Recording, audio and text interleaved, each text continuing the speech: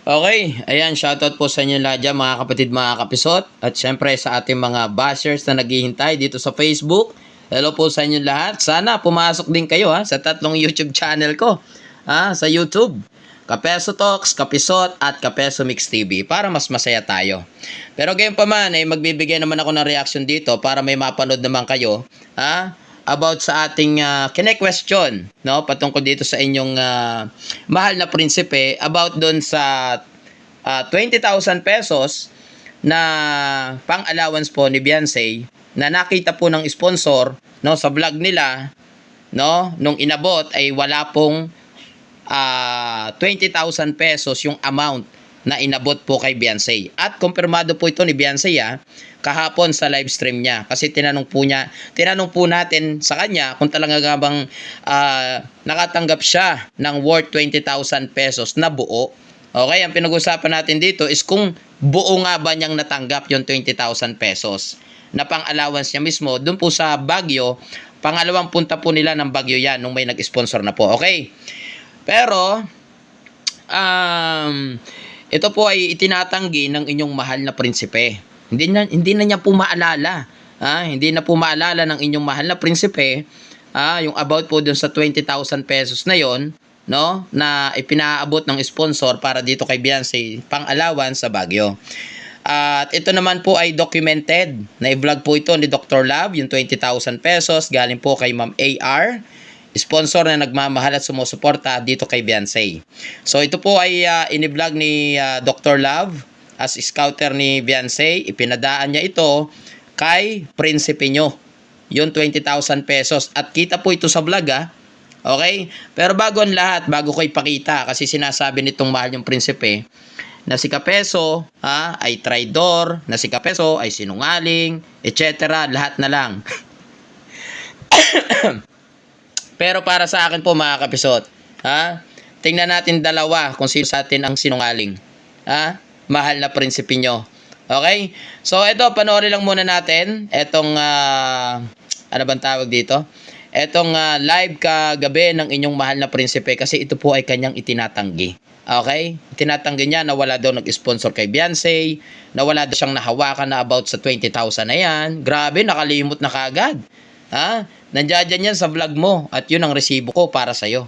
Okay, panoorin natin etong kay mahal yung prinsipe. Ano masama yung sponsor na bigyan ng 20k tapos hindi natanggap ni Beyonce ang buong 20k? Anong 20k? So yan ito po kasi ang senaryo kasi nito, hindi na kasi ako makapag-comment sa kanya kasi tatlong YouTube channel ko is naka-hide sa kanya, no? Sa lahat po diyan sa mga kalingap na pinapasok ko, pag may tinatanong ako sa kanila or let's say may argumento ako para sa kanila, lagi po nila akong isinasako. Sa madaling salita, sa YouTube ay ini-hide para hindi ka na makapag-comments pa. Sa madaling salita, tinatanggalan nila ako ng karapatan para makapag-comment sa kanilang mga live stream. Okay? Ewan ko ba kung anong kinakatakot pagpapasok ko sa live stream nila. Nagtatanong lang naman ako, 'di ba? Kung wala ka namang itinatago, bakit hindi mo sagutin ng diretso? 'Di ba? Okay. So eto na. Hindi alam ng inyong mahal na prinsipe yung about sa 20,000 na 'yan. Na marahil po ay, 'di ba? Makikita niyo naman doon sa video mamaya na ipa-flash ko dito sa ating screen na 'to, na ibinigay po ni Dr. Love ng buo yung 20,000 pesos. Pero panoorin ulit natin kung ano pa yung sasabihin nito. Anong 20k ang hindi naibigay? Kailan yan? Tagawa na naman kayo ng ano? Tinatanong niya kung kailan daw yan. At gumagawa na naman daw siguro ng kwento. Ay, hindi kami marunong gumawa dito ng kwento. Lagi kaming may resibo dito, lagi kaming may basahan dito. Pakinggan natin yung hinahangaan yung idol nyo. Lahat na lang talaga. Wala na bang mahanap na butas ang mga antay na yan? Kaya lahat na lang ng ano ay siguro yung mga antay na sige ano yan ay parang minamarto na tayong vlog natin, kakahanap ng masisilip Alam mo, malabas yung mga bagay na yan, no? Dahil dun sa mga nangyayari dyan sa inyong community. Hindi namin kasalanan kung nakikita namin yung mga bagay na butas na yan kasi may mga nagkokomento sa amin ng kanilang mga hinaing. Yung mga napapansin nila sa mga vlogs nyo. Wala namang bumabana sa inyo, di ba? Ngayon lang nagkaroon ng anti-kalingap, lalo nung nagising ako. Kaya maraming natatauhan. Kaya marami lalong natatauhan ngayon dahil siyempre sa pagbabalik ni Kapeso. Anak sa ering na yan. Okay, pakinggan natin. Ang bihira.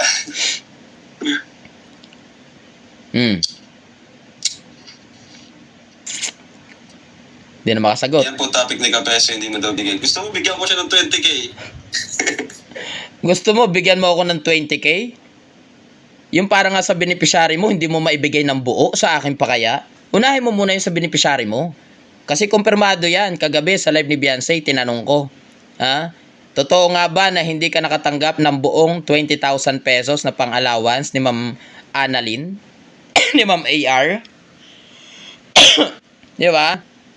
Tapos ang lakas ng loob mo na magsalita ng ganyan. Kung sa beneficiary mo nga, hindi may abot ng buo. Asos, Ginoo ko. Kasi ang gusto nyo lagi, sa inyo lagi dadaan. Okay, pakinggan pa natin.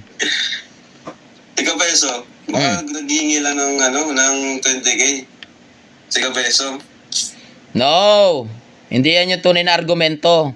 Ang tunay na point ko dito at argumento ko, naibigay mo ba ng buo? Naibigay mo ba ng buo sa iyong beneficiaryo na si Beyonce yung about sa 20K na ipinabibigay ng sponsor na pang-allowance ni Beyonce dyan sa Baguio? Yun yung pinaka-argumento nating dalawa. Tanong lang naman, kung naibigay mo ba ng buo sa kanya. Kasi dun sa vlogs na napanood ng sponsor, hindi aabot ng 20,000 pesos yon. Lalo na pahapyaw at hindi ka naglagay, hindi ka nagpakita ng transparency sa pag-aabot mo ng pera. Ni hindi mo man lang binilang, ni hindi mo lang din sinabi kung magkano ang amount na gustong iparating ng sponsor para sa iyong beneficiaryo. Yan ang problema mo. At yan ang argumento ko para sa iyo. Hindi para sabihin, ako ang naghahanap ng 20,000 para ako ang bigyan mo ng 20,000. No! Kaya kong kitain ng 20,000 na yan. Pero yung sinasabi mo, nabibigyan mo ng 20,000, unahin mo munang bigyan yung beneficiaryo mo ng buo na galing mismo sa sponsor. Huwag niyong pangunahan ng mga sponsor kung may pinapadaan man sa inyo na pera o halaga na blessings para sa mga beneficiaries nyo or pang-allowance o kung ano man na ibinibigay ng mga sponsor nyo, huwag niyo silang pangunahan. Huwag niyong gamitin yung pera sa hindi naman dapat. Ibigay niyo ng buo para hindi kayo nasisilipan ng mga sponsor at ng mga anti-kalingap. So, hindi namin kasalanan yan. Kasalanan nyo yan. Diba? Ang kakulangan saan? Sa transparency. Okay? So, panoorin nyo muli. Ang kasunod dito, kasi umahaba na tayo, 8 minutes na.